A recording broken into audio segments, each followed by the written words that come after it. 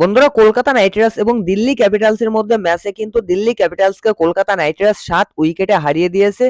Outstanding performance করেছে আজকে Kolkata night Riders এর বোলাররা। মিচেল স্টার্ক বাদে প্রত্যেকটা বোলার কিন্তু কেকেআর এর আজকে দারুণ পারফরমেন্স করেছে। বরুণ চক্রবর্তী, সুনীল নারিন, বৈভব অরোরা, হর্ষিত রানা প্রত্যেকেই ভালো পারফরমেন্স করেছে একমাত্র মিচেল স্টার্ক বাদে। তো মিচেল স্টার্কের সঙ্গে কি হচ্ছে সেটাই বুঝতে পারছি না। মিচেল স্টার্কে কিন্তু আজকে কুলদীপ যাদবও 1 ওভারে একটা 6 এবং 4 মেরেছে, 3 ওভারে 43 রান দিয়েছে। আজকেও একটা খারাপ পারফরমেন্স কিন্তু আজকেও আমরা দেখেছি, যেখানে দুষ্মন্ত চামিরার পরিবর্তে কিন্তু আজকে মিচেল স্টার্ককে খেলিয়েছে। তো যাই হোক বন্ধুরা, কলকাতা নাইট রাইডার্সের আজকের পিচটা কিন্তু একটু অন্যরকম পিচ দেখেছি আমরা।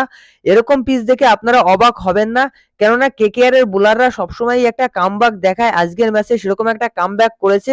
তবে আজকের পিচটা কিন্তু অন্য দিনের পিচের থেকে একটু আলাদা ছিল। হ্যাঁ, ব্যাটিং ফ্রেন্ডলি পিচ অবশ্যই ছিল, তবে আজকে পিচে কিন্তু বল বেশি টার্ন করছিল এবং বলে কিন্তু বেশি মুভমেন্টও দেখা গিয়েছে। বরুণ চক্রবর্তী দারুণ টার্ন পেয়েছে, তারপর অক্ষর প্যাটেল টার্ন পেয়েছে, সুনীল নারিনও কিন্তু দারুণ টার্ন পেয়েছে।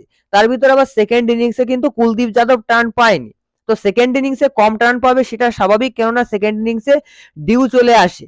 তো প্রথম থেকেই শুরু করছি বন্ধুরা, টসে জিতে কিন্তু দিল্লি ক্যাপিটালস প্রথমে ব্যাটিং এর সিদ্ধান্ত নিয়েছিল।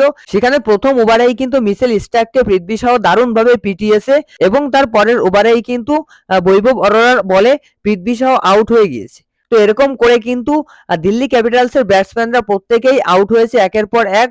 কেকেআর এর বোলাররা দারুণ পারফরমেন্স করেছে। হর্ষিত রানা 2টো উইকেট নিয়েছে, বরুণ চক্রবর্তী 3টে উইকেট নিয়েছে, সুনীল নারিন 1টা উইকেট নিয়েছে, বৈভব অরোরা 2টো উইকেট নিয়েছে, মিচেল স্টার্কও কিন্তু 1টা উইকেট নিয়েছে। তবে মিচেল স্টার্ক কিন্তু খুবই খারাপ ইকোনমিতে বল করেছে। 3 ওভার বল করে 43 রান দিয়েছে, 1টা উইকেট নিয়েছে। ইকোনমি কিন্তু 14.3। আর সেখানে বাকি বোলারদের প্রত্যেকের ইকোনমি কিন্তু আন্ডার 7, অর্থাৎ 7-এর ভিতর কিন্তু প্রত্যেকের ইকোনমি রয়েছে। মিচেল স্টার্কের কিন্তু সেখানে 14 ইকোনমি, অর্থাৎ ডাবল ইকোনমি। সুতরাং বুঝতেই পারছেন মিচেল স্টার্ক কিন্তু পিচে কোনো রকম হেল্প পাচ্ছে না অন্য বোলাররা পেলেও। তো দিল্লি ক্যাপিটালস প্রথমে ব্যাটিং করে কিন্তু 154 রানের টার্গেট দিয়েছিল কলকাতা নাইট রাইডার্সকে। আর এই 154 রানও কিন্তু পৌঁছাতে পারতো না। সেখানে কুলদীপ যাদব কিন্তু একটা দারুণ ইনিংস খেলে দিয়েছে। 26 বলে 35 রানের একটা ইনিংস খেলে দিয়েছে। কুলদীপ যাদব কিন্তু মিচেল স্টার্ককেও দারুণ মেরেছে। 1 ওভারে মিচেল স্টার্ককে কিন্তু একটা 6 এবং একটা 4ও মেরেছে। তো 154 রানের টার্গেট তাড়া করতে নেমে কিন্তু ফিল সল্ট পুরোপুরি দিল্লির উপর নুন ছিটিয়ে দিয়েছে। 200 প্লাস স্ট্রাইক রেটে খেলেছে। প্রথম 23 বলে 50 রান করেছে এবং 33 বলে 68 রান করে কিন্তু আউট হয়ে গিয়েছে। তবে সুনীল নারিনকে কিন্তু আজকে রেস্ট দিয়েছে ফিল সল্ট। সুনীল নারিনের কিন্তু আজকে তেমন একটা খেলা লাগেনি। ফিল সল্ট একাই কিন্তু ম্যাচ প্রায় কভার করে দিয়েছিল। তো তারপরেও কিন্তু ম্যাচ অনেকটা বাকি ছিল।